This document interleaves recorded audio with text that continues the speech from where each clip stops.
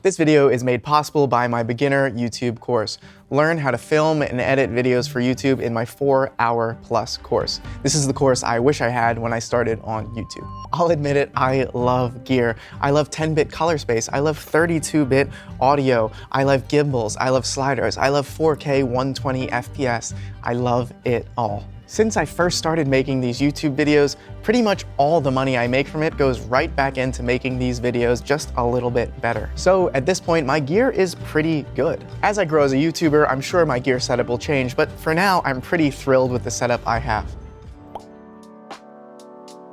If you guys don't know me, my name is Zach, and I'm a fourth-year medical student here in Philadelphia. This video is going to be mostly about how I film and record these actual videos, because I remember when I was first starting on YouTube, I loved those videos from Matt D'Avella, Casey Neistat, MKBHD, when they talk about how they recorded their videos. These were my mentors. These are the people that I look up to and wanted to see how they recorded videos. So hopefully, maybe I could make a video that maybe helps some people out there that want to start making YouTube videos. So here is my attempt at making that kind of video, the video about how I make my YouTube videos. And actually right now, I have another camera sneakily recording behind there, which I'll go look at now. So let's start out with the camera. This bad boy here is the Sony a7S III hooked up to a 50mm f1.2 lens. This thing is a beast of a camera. I now actually have 3 of these Sony a7S IIIs because they're just so good. And the main tripod that I film these videos is this amazing Sackler tripod. And it's really easy because you can just make adjustments to how fluid or how non-fluid movements are. I just do these quick switches and I can go up, down, sideways, anything I want to do to change the way this camera looks and sees things. So the next thing I want to point out is actually, if you look down here, you can see that I actually have a setup right here, which is a monitor of the camera up here. So that way, when I'm filming my videos, you can see I'll be sitting in this chair right here, and I can take a look down at the monitor right down there. And I do this because I want to be able to monitor the shots I am taking while I'm shooting the video. The worst thing you can do is record an entire video and realize, wait, this whole thing was out of focus. Like right now, I have a little screen on the right here that I'm just looking at myself occasionally to make sure, even this shot is in focus. And the computer monitor is the Acer SB220Q21.5. And recently, I've also been taking this other monitor, and this is the Feel World monitor. I think it's 7 inches, and just putting it right on top of the camera. So that way, when I'm filming my certain B-roll shot, I can just monitor exactly what shots I'm doing instead of lugging around that thing. But again, I don't think you need to spend crazy amounts of money on a monitor, especially when you're first starting out. That regular computer monitor costs like $100, and this also costs like $100.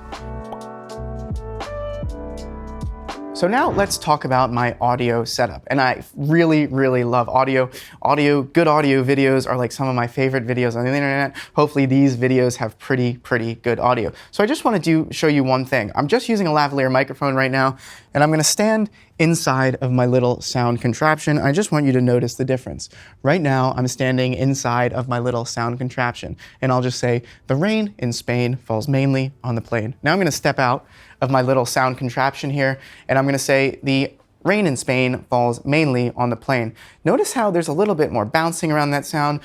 My voice almost even sounds a little bit higher pitched, and that's because I'm not inside my amazing sound blanket enclosure.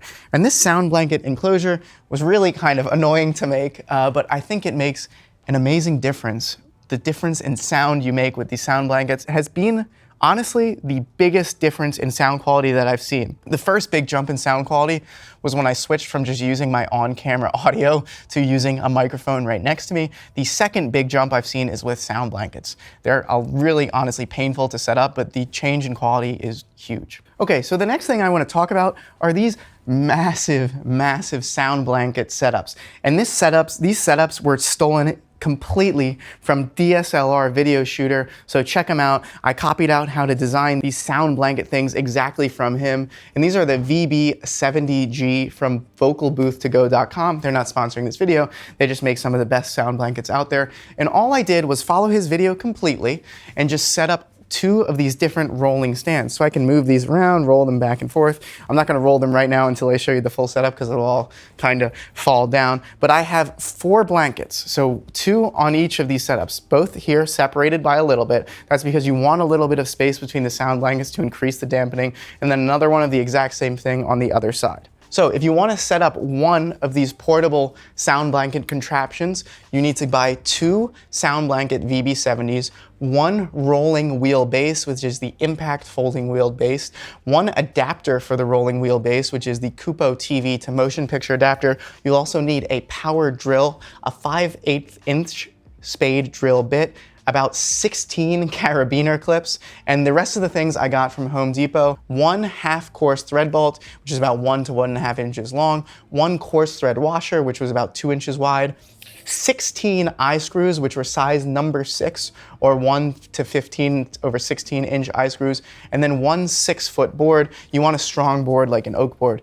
I would really watch DSLR video shooters and just see how to make it, how he built these kind of amazing things, because they're awesome. They're portable sound blankets that also do some really good things with the lighting, which I'll show later. The great thing I have recently is a Zoom F3 sound recorder, and I got this really for only one reason. The only reason is it's 32-bit recording. That means it has a lot of audio information, and I'm really not gonna lose any sound information no matter how loud I am or no matter how quiet I am. I don't need to set levels at all. I just hit record and stop record. That's it. And that's the same reason I have this lavalier microphone right now, which is the Tentacle Sync 32-bit kind of recorder. Right now you can see as I'm recording, it's going back and forth, different levels, because that's as I'm talking, and this other is amazing. Again, none of these companies are paying for me. Just these are the best things that I found to use when I'm recording my videos. They make really the only thing I'm looking for, of course, when I'm recording my videos are higher quality, but the other thing I'm looking for is kind of ease of use, and it doesn't stop working. The worst things in the world are things that stop working. When I had my old Sony cameras, those would just stop working because they would get too hot or I'd reach 30-minute time. And when I had certain audio, bad kind of lavalier microphones that I'd buy off Amazon, they just occasionally just wouldn't record good audio and I just have to redo entire videos and it sucks. So now let's talk. You notice how the sound gets better as soon as I stand in here. I can just tell by my ears. It sounds better as well. Okay, just set you guys up so you can see what I'm doing here.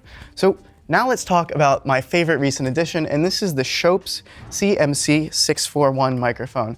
And this microphone, again, I just sit in my chair here, I'm in my little sound booth, and I just bring it as close to my mouth as possible without it appearing in the shot. And it is just, it's fantastic. You'll see in kind of my more recent videos, because that's when I switched over to this microphone, the audio just sounds better. I can just tell it sounds better. It's cleaner, it's brighter, and it just matches my voice quality, I think, a lot better than my previous microphone. You'll also notice that I go a little sound blanket crazy. Like I even on the back of my chair put one of these sound blankets just because I wanted to absorb all sound possible. I might even get another one. Oh, and this is one of the coolest things I didn't even show you. You didn't even realize it. I've created a little roof. I took a sound blanket and all I did is I laid it across over these 2 boards, these 2 portable sound blanket setups, and it also goes across the top of my microphone. So that way, again, I'm reducing as much of this crazy other noise, especially living in the city, especially living in an apartment complex as I can. And I think the audio just sounds so much better. And of course, I have this, which follows down an XLR cable, goes across this really nice, hugely long pole arm. Thank you to Thomas Frank for suggesting me this little amazing pole arm on top of a C-stand. And then on top of the C-stand, I have these 2 just sand things, because otherwise it'd be too heavy and it would fall down. And then that's where my microphone is on, and it's awesome. The other thing I do is when I first start talking, I plug this in and into the Zoom F3 recorder while this baby's recording, and I just listen to it a little bit. And normally what you can do is sometimes I'll leave the windows open by accident, or I'll have the air conditioning on by accident, and I won't remember that I've kept those things on until I put these headphones on and I take a listen. I'm like, oh, wait a second, there's some junk in here, and then I'll close all the windows, turn off the AC, turn off the fan over my oven, and things sound a lot better. But again, I just want to reiterate, mic close to face and sound blankets, like those are the best things. Buy like a $100 microphone that you can bring close to your face. The AT2020 is awesome. And then buy some like moving blankets and put them close to you, build this thing, and your sound is, it's crazy. The difference is crazy. So after good audio, I think the most important thing for a good video is good lighting. I really only need 2 artificial lights here because I just live in such an airy, kind of well-lit, nice apartment. So I'll show you the 2 artificial lights that I have first. So first I'll just show you my apartment. You've probably seen this before.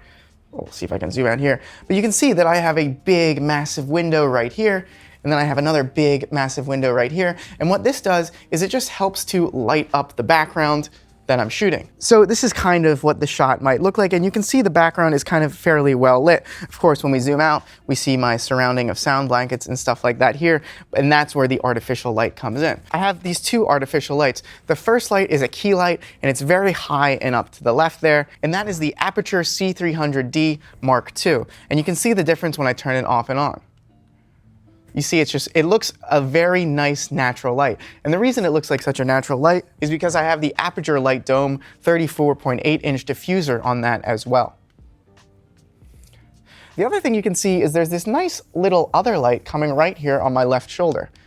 And this is the hair light. And I use this light just to add a little bit of depth, add a little bit of character to me, and also to frame me inside of this background.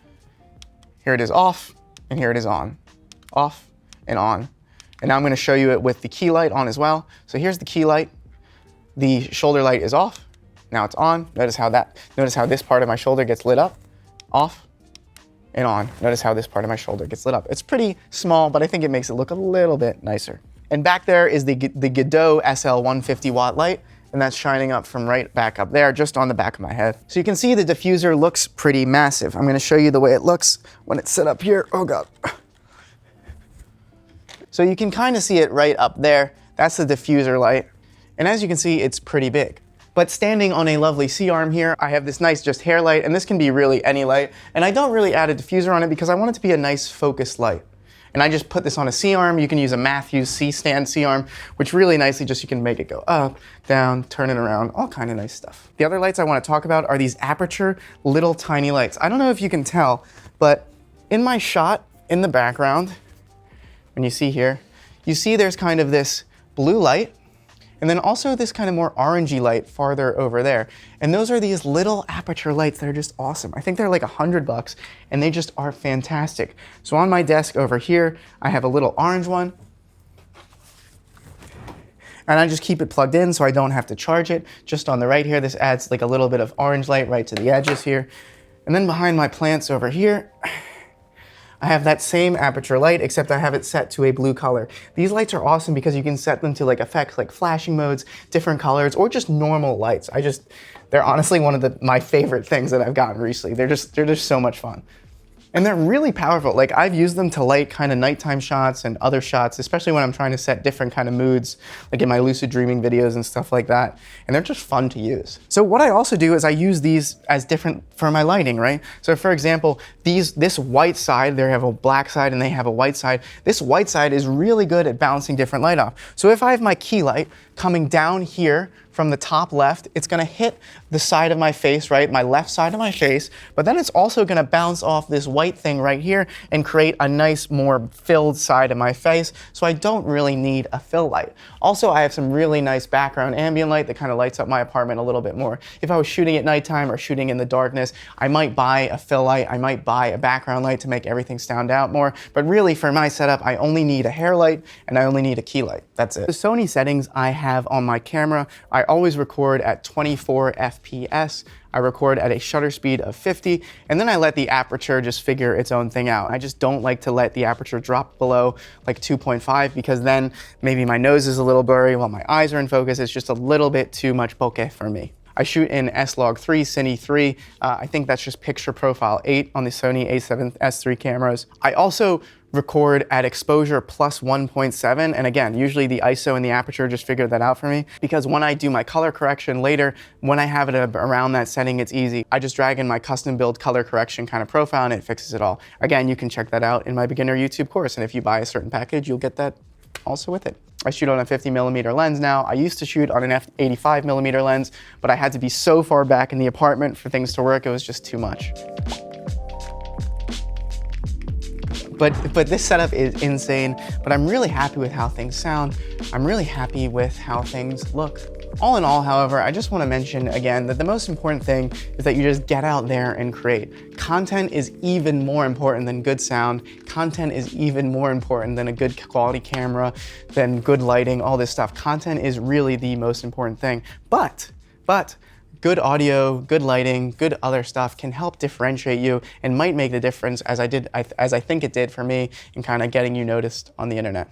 And if you are looking for a place to learn all these things, if you're looking for a place to learn about how to shoot better videos, I strongly suggest you check out my beginner YouTube course. It is the course I wish I had when I started making videos on YouTube. It talks about, again, everything lighting, everything audio, how to put the settings on your camera to make sure it looks the best possible, what lenses you should use, what camera bodies I would use. And I don't list a gear guide for just the most expensive things. I list a gear guide for, reasonable things. Like, for example, the camera I would suggest starting out with using is your phone, and then using just a lavalier microphone to click up to you, or an AT2020, which I think is a $90 microphone. When I first started on YouTube, I wanted to learn how to make professional videos, how to make videos that were lit properly, recorded properly, that sounded good. And this course will tell you everything you need to do. It's 4 hours plus of exactly how to do that. I'll also tell you how I edit my videos from start to finish in Final Cut Pro. You'll learn everything from hitting record in the camera to uploading that first video, that first awesome video to YouTube. And honestly, YouTube has changed my life. So if you want to get started on making next level YouTube videos, click on the link on the video. But if you don't want to sign up for my course, that's completely fine. I just want to take this opportunity, because I feel like this was a more kind of casual talky video, to thank you all so much for staying with me. I mean, if I knew my setup would be like this, I probably wouldn't have even been able to figure out a setup like this 2 years ago, just because I've learned so much and gained so much from really nice people on the internet, you guys and everyone out there. So seriously, honestly, thank you guys so much for watching. This is so much fun, and I can't wait to keep doing it. I'll see you on the next one.